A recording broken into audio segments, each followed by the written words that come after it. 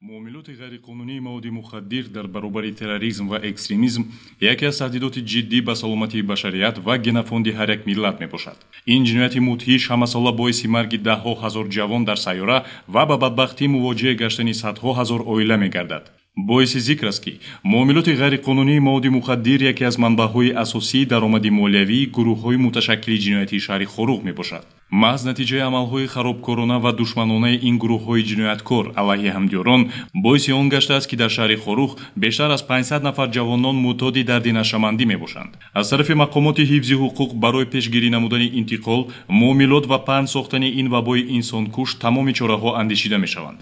дар натиҷаи роҳандозии чорабиниҳои оперативии ҷустуҷӯӣ, кормандони раисати Кумитаи давлатии амнияти миллии ҷумҳурии Тоҷикистон дар вилояти мухтори Кӯҳистони Бадахшон се ҳолати муомилоти ғайриқонунии маводи мухаддир аз тарафи гурӯҳҳои муташаккили ҷиноятии шаҳри Хорух ва ноҳияи Шуғнон ошкор ва хунсо карда шуд. дар натиҷа аъзоёни гурӯҳи муташаккили ҷиноятӣ Шомамадов Шомамад Иброҳимович, соли таваллудаш 1990, Боев Парвиз Ошурбекович, соли таваллудаш 1988, Назархудоев Парвиз Шогуниевич, соли таваллудаш 1987, Меҳтарбодов Фотеҳ Фаррухшоевич, соли таваллудаш 1981 ва Туйбошев Шуҳрат Мамлукович, соли таваллудаш 1990 дастгир гардида, аз онҳо ба миқдори махсусан калон 190 килограмм маводи мухаддир ёфта мусодира карда шуд. кирдорҳои ҷиноятии дастгиршудагон дар доираи парвандаҳои ҷиноятӣ мавриди таҳқиқ қарор гирифта, пурра ба анҷом расонида шуда, барои қабули қарори қонунӣ ба суд ирсол карда шуданд. дар натиҷа бо ҳукми суди шаҳри Хорух ва ноҳияи Шуғнон аъзоёни дастгиршудаи гурӯҳи муташаккили ҷиноятӣ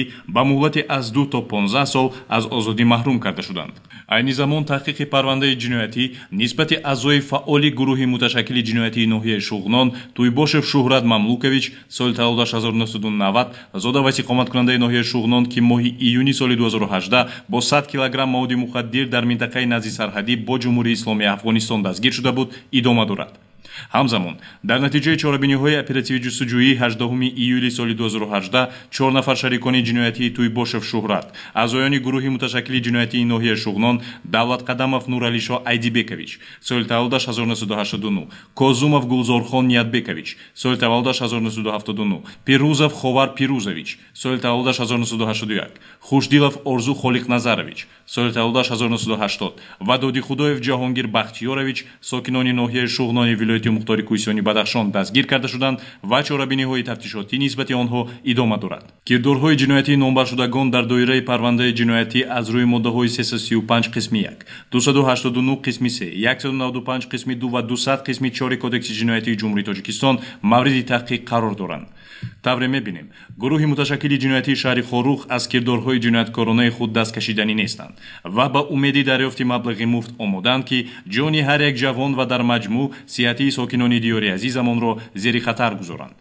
ҳолатҳои мазкур бояд тамоми сокинони ҷумҳурӣ, бахусус истиқоматкунандагони шаҳри Хорух ва ноҳияи Шуғнонро ба он водор созанд ки дар масъалаи таъмини амният ва тартиботи ҷамъиятӣ мубориза бар зидди гурӯҳҳои муташаккили ҷиноятӣ кӯмаки бедариғи хешро ба мақомоти ҳифзи ҳуқуқ расонанд. зеро дастгирии ин ниҳодҳо кафили бехатарии марзу бум, пешгирӣ аз интиқолу муомилоти ғайриқонунии маводи мухаддир ва пойбандшавии ҳар як фарзанду пайванди миллат ба дарди нашамандӣ, ҳимояи муҳити солим ва халалдор нагаштани суботу оромии ватани азизамон мебошад.